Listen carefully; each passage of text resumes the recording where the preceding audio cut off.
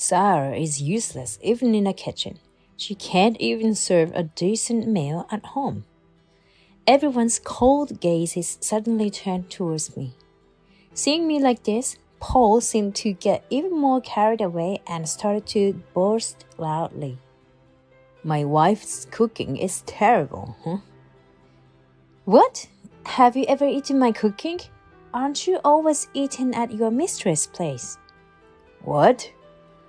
I loudly denounced Paul's infidelity. It's not a lie. I have proof right here. I pointed to the documents held by my father-in-law. My name is Sarah Reed, 35 years old. I have always been intimidated by the assertiveness that is often characteristic of men, and as a result, I have had very few romantic relationships and virtually no experience dating men. As I reached the age commonly referred to as in your 40s, my parents became concerned and started to suggest arranged marriages.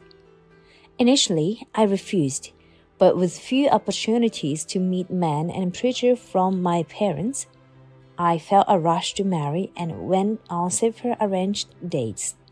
One of these was with Paul. Paul was a kind, serious man who worked as a lead employee at a top company. He was big both in height and build, but surprisingly, he didn't have an intimidating presence. And I wasn't scared of him. The talks about marriage progressed smoothly, and I even met Paul's parents. Paul's family ran a chess class and were masters of a famous school. Paul's father was a grandmaster of chess, a quiet and strict man. He always wore a suit, and I naturally straightened my posture when I met him. On the other hand, his mother was gentle, with a soft demeanor, and her smile would create dimples. Paul and I decided to get married. My parents were thrilled, saying I was marrying into a wealthy family. The condition for the marriage was that I would become a housewife, so I resigned from my clerical job at an electronics manufacturer. Even then, my colleagues teased me endlessly about marrying into wealth. Looking back, that was probably the peak of my happiness. Paul said, I'm busy with work now and might not be able to come home often, but please bear with it for a while. Paul wanted to achieve certain results in his current job before quitting to help with the family business. I thought it was good to be committed to one's work, so I supported him.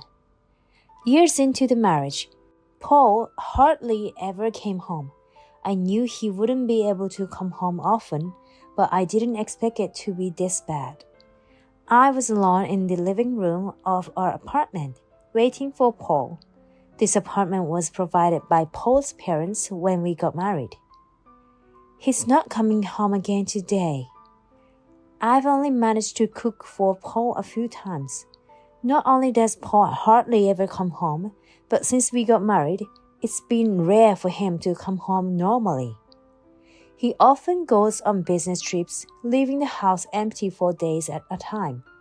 Dinner is almost always out, and it's normal for Paul to come home late. He leaves early in the morning, despite coming home late. I was really worried whether Paul was getting enough sleep or eating nutritious food.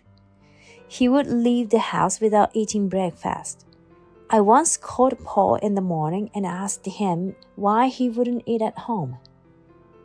Paul, I wish you would eat properly. Paul, without even looking at me, was tying his tie. It's okay. I'm just really busy with work right now. Don't worry about it. With that, Paul would leave the house immediately. Even on holidays, Paul works from early in the morning until late at night, regardless of whether it's a Saturday, Sunday, or a public holiday. He's often away on business trips too. In the beginning, I thought maybe Paul was trying to be considerate by not being home too much. Or perhaps he was embarrassed. and I found that thought somewhat endearing. As this situation of him not being home continued, it felt like I was living alone. Paul's belongings are minimal, just the bare necessities. Naturally, we hardly ever talk, so I don't know anything about his hobbies, what foods he likes or dislikes. I wondered if it was my fault. I've talked to my parents about it, but they said it's good for a man to be busy with work, and they didn't take my concerns seriously. My few friends think it's better for a husband to be out earning money and not being at home too much. They even said they were envious, not taking my worries too hard. Paul handles the finances, but he does give me a proper allowance for our living expenses every month, so I don't have any financial worries. This lack of financial worries, in turn, makes me anxious. I can't help but blame myself, wondering if I've done something to make Paul dislike me.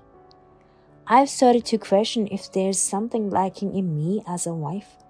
I meticulously take care of cleaning and have been studying cooking to prepare delicious meals. On the rare occasions when Paul sees my anxious face, he tries to dispel my worries. Sarah, you're doing just fine. I try to convince myself that this is just another form of marriage, but I was scolded by my father-in-law the other day. I received a call from him at the end of the year, which was unusual. As I picked up, he shouted so loudly that I dropped the phone. Sarah, what kind of nerve do you have? Huh? Did something happen? Don't play dumb. Why haven't you attended the family gatherings? And it's been over a year. I was shocked because I hadn't heard about these family gatherings before. I had discussed with Paul about greeting for Christmas, and he had told me that we don't gather because his chess students come for greetings. He also said that the family doesn't gather because it gets too chaotic with so many people. Normally, only Paul goes back home with Christmas greetings. If you're not going to attend this year either, shouldn't you at least apologize for not being able to join? His stern voice made me freeze. I had been staying home, thinking it was usual for Paul to visit his parents alone during the Christmas. I had been careful with Christmas cards and greetings, thinking I was being respectful. I had suggested to Paul that we should at least make a phone call, but he said it was incredibly busy during the year-end and Christmas, and I thought that might be expected in the family. I was afraid of meeting my strict father-in-law, not without reason. According to him, the family gathers on December 24th for a Christmas meeting, and the students come for greetings from December 25th. All I could do was apologize profusely over the phone. After his harsh words, he hung up. After the call, my mind was filled with questions. What did Paul mean by Sarah doesn't need to come? Why did he lie about the family gatherings not happening? Was he trying to keep me from attending that much? That night, just as the day changed, Paul came home. I felt it was now or never, so I asked him about the Christmas gathering. I received a phone call from your father today. He was angry that I didn't attend the Christmas gathering. Paul sighed and replied reluctantly. Going to such a large gathering can be daunting.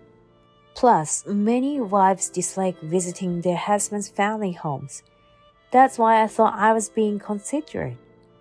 I was astounded by Paul's misguided attempt at consideration. Indeed, many people dislike visiting their spouse's family home.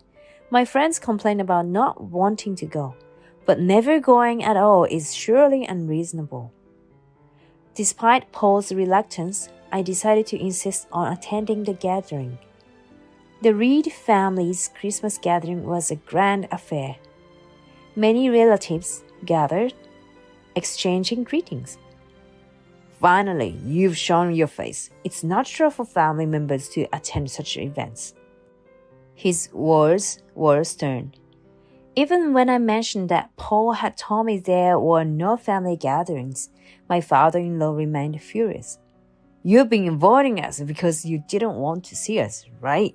His anger was so intense that I couldn't find a way to respond and I gave up on rebutting.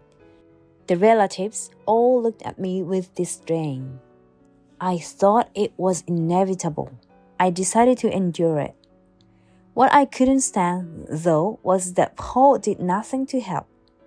Instead, he just silently drank his alcohol. As everyone drank more, they started coming up to me to complain. Paul has always said he's never seen you do any housework. In my heart, I whispered, it's because Paul hardly ever comes home. You rarely cook and when you do, it's not tasty, so he ends up eating out all the time.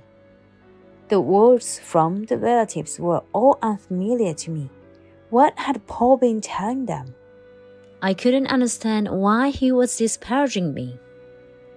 I'm sorry, I'll be more careful from now on. Overwhelmed by their harsh words, all I could do was stiffen up and apologize. I helped in the kitchen and served drinks, feeling like I was sitting on pins and needles. After barely getting through the gathering and the greetings from the students, I returned home exhausted. Paul said he was going to work from his parents' home and, like on the way there, we went our separate ways on the way back. Looking back, it was all so strange. Why had Paul said there was no family gathering? And why was he spreading rumors that I was a bad wife who didn't do housework? Was there a connection to him not coming home? I couldn't stop thinking about it once I started. Fortunately, I had plenty of time. I decided to follow Paul's movements, like the detectives say in TV dramas, a stalk out. I followed Paul one morning as he left her house in a hurry.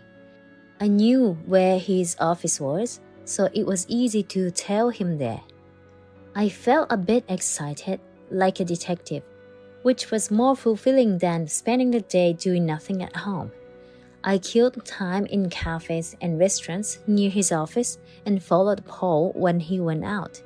He returned to the office in the evening without doing anything suspicious. Watching from a cafe with a view of his office, I saw Paul leave around 7 p.m. Maybe he finished work early today. If he went straight home, he'd realize I was out. I hurried back home. I managed to get home before Paul and prepare dinner, waiting for him. However, Paul didn't return until after midnight. Feeling that something was amiss, I decided to conduct a follow-up the next day. Paul's actions from morning to evening were the same.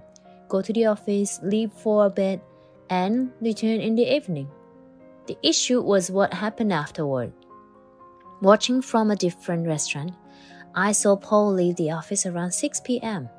Today, I followed him directly. Instead of heading to the station to go home, he started walking in a different direction. I hesitated for a moment. Paul walked toward a downtown area filled with hotels. I decided to follow him, but lost sight of him. As I was looking around, Paul suddenly appeared in front of me. Both of us were surprised, staring at each other. Paul was the first to speak. Sarah, what are you doing here? I couldn't come up with a good excuse and ended up mumbling. What are you doing in a place like this during the day? I was shocked. Paul was the suspicious one. Yet, I was being treated as if I was doing something wrong. Anyway, go home. We'll talk after that. Embarrassed to be scolded by Paul in such a pace, I hurried home. As soon as Paul came home late at night, he confronted me with something outrageous. So, you've been idling at home and now you're following your husband around? Why should I have to support someone like that? I tried to protest quietly. I do take care of the house. Don't say you're doing housework just because you clean a little. From now on, manage with $100 for living expenses. I was speechless. How am I supposed to live on $100? The utility bills are deducted from my account. Besides, you won't have to spend on my food. Paul smirked maliciously. Then at least let me work. Let me get a part-time job. Paul looked down on me, his lips twisted. No, work full-time like me, and don't slack on the housework. Despite my objections, Paul's determination was unyielding. Eventually, I had to comply and return to my previous job at the electrical manufacturer. I ended up having to do all the housework while working. My life became incredibly busy overnight. I couldn't play detective anymore, caught up in the daily grind of work and chores. Since then, Paul has become like a different person, constantly finding fault with me and complaining about the housework. In the short moments we saw each other in the morning, he would complain, "The windows are dirty. There is a dust in the entrance. The shirts aren't ironed properly," and then leave for work. I have to do all these chores at night since I work during the day. At the end of the year approached and the Christmas gathering drew near. Paul, as usual, told me not to attend. "You stay at home. You don't need to come to the gathering." I stayed silent, thinking arguing was futile. As Paul left, he threw a parting shot. "I can't show someone like you to my relatives. It would be embarrassing." I was shocked by his harsh words. How could Paul say such things? I work from nothing till night and handle all the housework on top of that. Anyway, I decided to attend the Christmas gathering without telling Paul. And then, I had to make Paul's true nature known to my father-in-law and mother-in-law. I clutched the thick envelope that had arrived earlier tightly. On the day of the Christmas gathering, I arrived at the Reed family home to attend. I took a deep breath and opened the front door. Seeing me suddenly appear at the Christmas gathering, Paul was surprised, but due to being in front of everyone, he just glared at me without saying anything. The relatives' gazes were as cold as ever, whispering accusation against me. It was clear they had been deceived by my husband. I didn't let it bother me. Enduring their cold stares, I stood in the kitchen, preparing food and drinks. After a while, as the alcohol began to affect him, Paul started loudly criticizing me. "Sarah is useless even if she's in the kitchen. She never cooked a decent meal at home." All the cold gazes suddenly turned towards me. Seeing me in such a state, Paul, perhaps feeling encouraged, began to boast loudly. "My wife's cooking is terrible." My father-in-law's stern gaze was directed at me. "What on earth is going on? What are you doing? Maybe you're not suitable to be Paul's wife." As my father-in-law raised his voice, all the relatives' gazes suddenly focused on me. Just as it seemed my father-in-law was about to start lecturing, I stood up in front of Paul and began to retort. "Huh? Have you ever eaten my cooking? Isn't it always at your mistress' place?" "What?" My father-in-law was taken aback, his mouth half open. "What are you starting to say?" While everyone was stunned, Paul began to make excuses in a flattered manner. "Come on, Sarah. Just because you're spoken ill of, why would you tell such lies?" Turning back to his father, Paul began to make excuses. "Dad, I don't have a mistress." "That must be the case." My father-in-law wanted to believe Paul. He nodded more to Paul's words than to mine. Thinking he had gained his father's trust, Paul began to retort with confidence. "Stop saying ridiculous things. You are really out of your mind." It wasn't just a bluff when I said Paul had a mistress. I took an envelope out of my bag and showed the documents inside to my father-in-law and the others. Paul continued to harshly criticize me without concern. Apologize right now, then I'll forgive you for lying. The relatives probably believed Paul didn't have a mistress and looked at me with harsh gazes. My father-in-law and mother-in-law were earnestly reading the documents. The documents I handed over were the result of an investigation into Paul's affair. Since Paul's actions were clearly suspicious, I had a detective agency take over the investigation thoroughly. The results from the detective agency were damning. Paul was definitely cheating. The reason Paul didn't come home was that he was meeting his mistress. He mostly spent his time at his mistress' house and sometimes used hotels, as reported. Paul was always eating at his mistress' place. While I managed our living expenses with just $100, worked full-time and took care of the all household chores, Paul was cozying up with his mistress. When I encountered Paul in the hotel district, he was about to have a secret meeting with his mistress in a hotel. I loudly accused Paul of his affair. It's not a lie. Here's the evidence. I pointed to the document held by my father-in-law.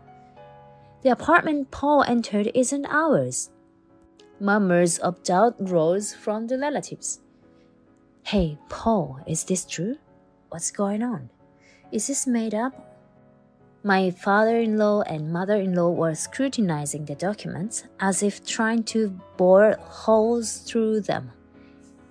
Paul, is this true? Sweating profusely, Paul desperately denied it. No, that's not it. There's no way I have a mistress. What my father-in-law and mother-in-law were engrossed in were the photos. Photos of Paul holding hands with an unknown woman entering an unfamiliar apartment. Photos of them selecting jewelry together in the jewelry store. Photos of them drinking wine in a stylish restaurant. Photos of them picking out groceries in the supermarket. In all of them, Paul's carefree smile was captured. I pressed Paul relentlessly. Paul, you said you were busy with overtime every day, right? Paul's face turned red, and he fell silent. My anger made me speak rapidly. Not wanting to meet with relatives, say my cooking isn't good. Why did you tell such lies? I didn't tell any lies. Even at this point, Paul was trying to feign ignorance. This attitude deeply disappointed me. Our exchange silenced everyone. Then my mother-in-law's loud voice filled the room. Paul, what are you doing? Paul was taken aback by his mother's sudden outburst. No, that's not it. My mother-in-law's usually gentle face was gone, replaced by a furious expression that even scared me, who wasn't being scolded. What's different? Are you saying all of this is fabricated? She spoke calmly now, but this calmness was somehow even more intimidating. No one in the family could speak under her intense presence. So, the story about Sarah was a lie you made up. Now explain yourself properly. Whispers such as, I've never seen her so angry. She's always smiling, but she's the scariest when mad, spread among the relatives. Seemingly resigned, Paul sat on the floor, made himself small, and began to speak in a quiet voice. That woman was someone I dated before we were married, whom I met at a nightclub in New York City. The relatives began to murmur. Both my father-in-law and mother-in-law stared at Paul with stern faces. This family is strict, so marrying a woman from a nightclub would never be accepted. Was Paul crying? Dots of moisture spotted on the floor. So I thought just marry someone suitable on paper and I could live at her place. And that someone suitable was me. Paul apologized. I'm sorry, you said you weren't interested in marriage, and I thought as long as I provided money, everything would be fine. Then, a question popped into my head. Then, why did you badmouth me to your parents? Without those bad words, I wouldn't have been so suspicious. I wanted her to be my real wife. I couldn't stand the idea of living with someone like Sarah, whom I don't even like. I wanted to divorce somehow. Do you realize how selfish you're being? Paul seemed to shrink even more. I'm sorry. I've always been told I'm not an adult until I'm married, so I thought I had to get married at least. And once divorced, I thought they wouldn't bother me about getting married again. Paul had gambled that once divorced, his parents wouldn't meddle in his affairs, allowing him to focus on his relationship with his mistress. He needed a pretext for divorce, making it look like I was at fault. That's why he badmouthed me to tarnish my reputation. Limiting my living expenses to $100 was to prevent me from investigating his cheating. With only that much money and working full-time, I wouldn't have the time or resources to probe further. He hadn't anticipated I would use the detective agency. His oversight led to his moment, with Paul apologizing on his knees before the family.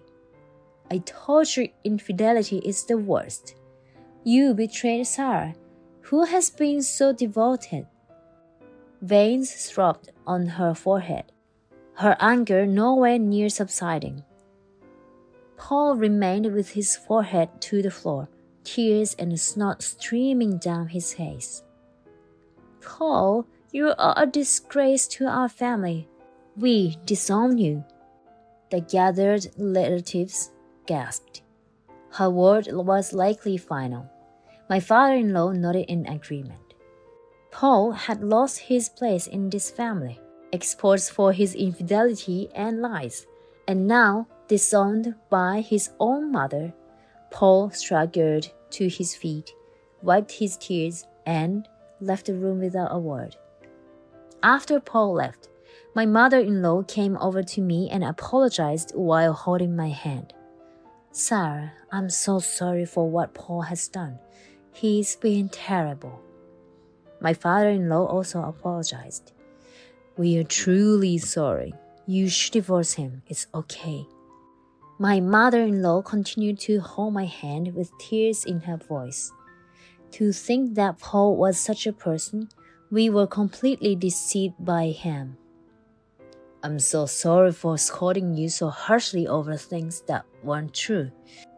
I had thought my father-in-law was always angry and stubborn, but he was quick to admit his mistake and apologize, showing his good nature. It was clear that this family was held together thanks to my mother-in-law. It was puzzling how Paul, with such good parents, could become so mean-spirited and disdainful towards others. I reconciled with my in-laws, and sooner after, my divorce from Paul was finalized. The divorce was, ironically, what Paul had wanted. After being disowned by his family due to his affair, Paul, no longer having the backing of a prestigious family, was sidetracked from his career path and relegated to being a marginal employee. With his income significantly reduced, Paul was eventually dumped by his mistress, who had grown tired of him. I learned about these developments from Paul's mother. I received compensation from both Paul and his mistress. Especially from the Reed family, I received an amount well above the going rate. I presumed this included hush money. With the financial windfall, I've been able to afford luxuries like several overseas trips a year. The apartment prepared for me as a new home is mine to use as I please until I decide otherwise. Since Paul was hardly ever there, There's no reminder of him, and I live quite comfortably. Returning to work was the one good thing that came out of Paul's mess. Thanks to being coerced back into employment by Paul, I now have an income and don't foresee any financial troubles in my future. I occasionally keep in touch with my in-laws. They invite me to the Christmas gatherings, but I always decline.